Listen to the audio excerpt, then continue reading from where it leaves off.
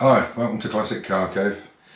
Please excuse the mess I'm in. I've been out there welding and cutting and so on, and it's always black and dusty. Yeah, just a quick one I wanted to say about the video I put up earlier or yesterday. The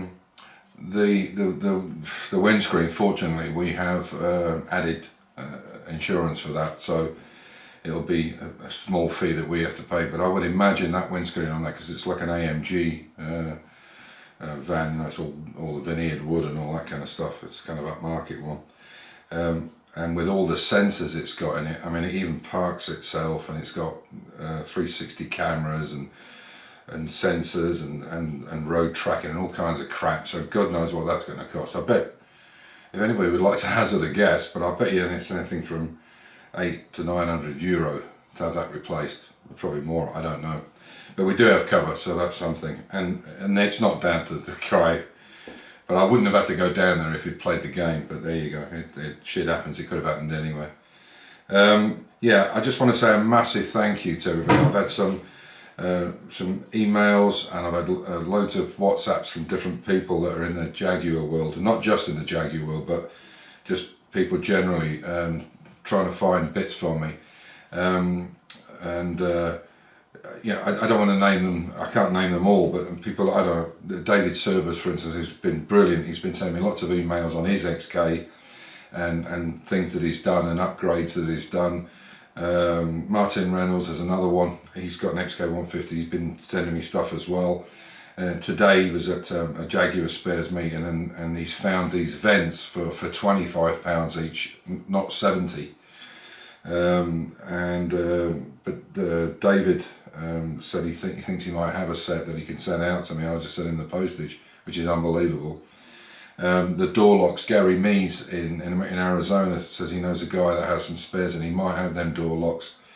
I am talking to Chris of XK Store because he says he might have some stuff as well that I can use, and we maybe buy the door locks new. We'll see. But they are a special order. You can't just get them off the shelf. They have to be ordered up.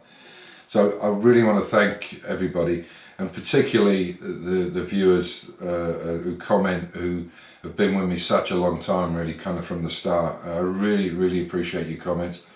It makes doing these videos worthwhile when 10 or 15 or 20 people make a comment and you know, like the work or they enjoy the videos. That's worth it to me.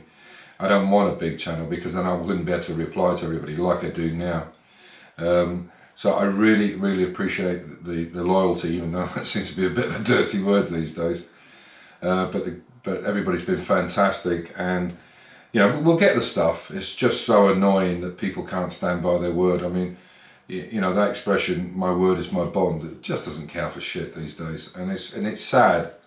I think we live in a worse world for it, to be honest. You know, there always has been cheats and rogues and scammers, but it just seems more prolific now than it used to be. It seems people's morals are that of alley cats, and that's not knocking alley cats, by the way. So if you couldn't send anything in about cats, don't, please. Anyway, I hope you enjoy this bit of video. It's on the Citroen, obviously, and we're getting on really well with it now. I think we're at a point where the basic metal work's done. Now it's the refining, the fettling, which is going to take a little bit of time. But it's, you know, it's a hobby. It's something I really enjoy doing. I love making stuff out of metal, and yeah. So anyway, I hope you enjoy the video. Okay, so we've got the steering box on. The clamps are not round that bit there, but it's all been cleaned up. So inside we've got so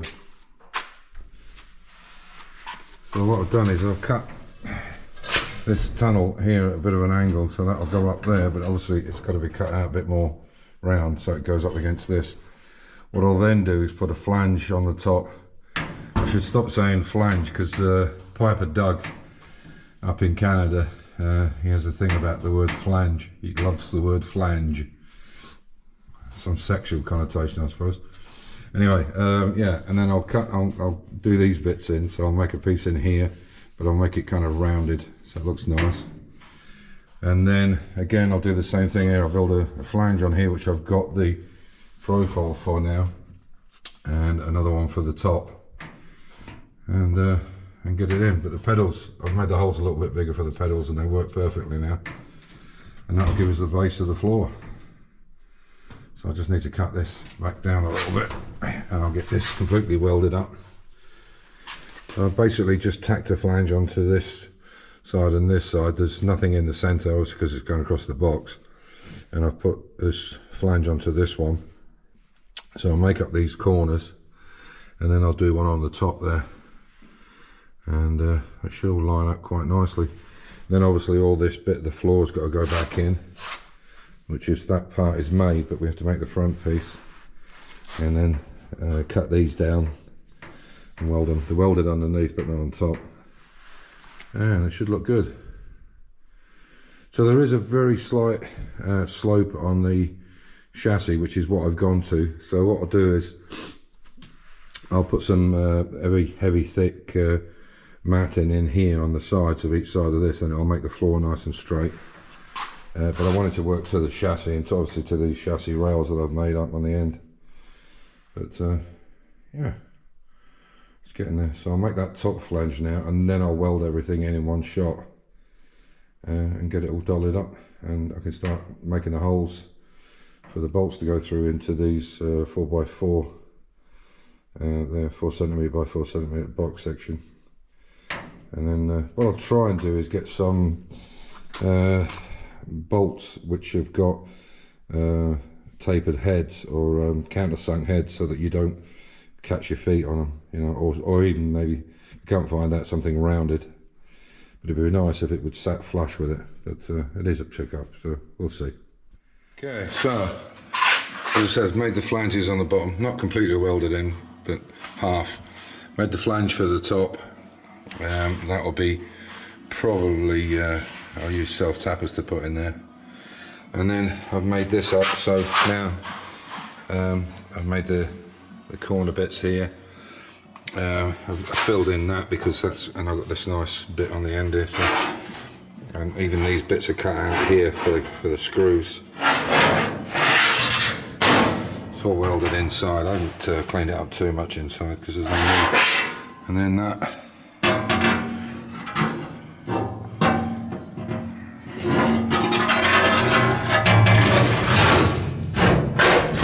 And you can see it's a nice, and it's pushing down, but there we go. It's a nice fit, and it even fits here on these screws. So yeah, pretty happy with that. Front floor's bolted, oh sorry, the back floor is bolted down here. So this will all be done with probably self-tappers. I've got a bunch of these things, which are these countersunk type ones. And I've got some nylocks if I have to put them on the back. What we need to do now though is get the steering shaft, the outer steering shaft, where it actually anchors here, and see exactly where this hole is and make it to the right shape. Then get all this secured, finish the welding off on there, clean it up, and pretty good to go. Yeah, quite pleased. I think it's turned out quite well. As I say, it needs, you can see I had to push that down a bit. There we go. It all fits. Finished some finishing up work to do, but that's no sweat. But it's in. And it works well. I think where the seating's going to be, and the pedals and the steering wheel, I think it's going to work quite well. So probably what we'll do in the back here is make up a frame for the seat, which will have a cushion on it. So it'll be a cushion that, you know, you can take off, maybe put some tools under it, whatever. And then a backboard up here, across here. And then I'll just clad it in aluminium or whatever. Perhaps even put some beading in it to make it look nice. But that should come out to, I don't know, around about here somewhere. Across there. The next thing I thought about is when this metal goes on the back and on the inside down the back, I'm going to cut a hole in this piece. Sorry, it's a bit of a mess on here. So many tools. But basically what I'm going to do is I'm going to cut, in the centre, I'm going to cut a hole here for the spare tyre to go in, so the tyre will go down halfway, and sit right on the top of here. I think that'll look nice. I'll do a dish and the tyre will sit in that. I think that'll look nice.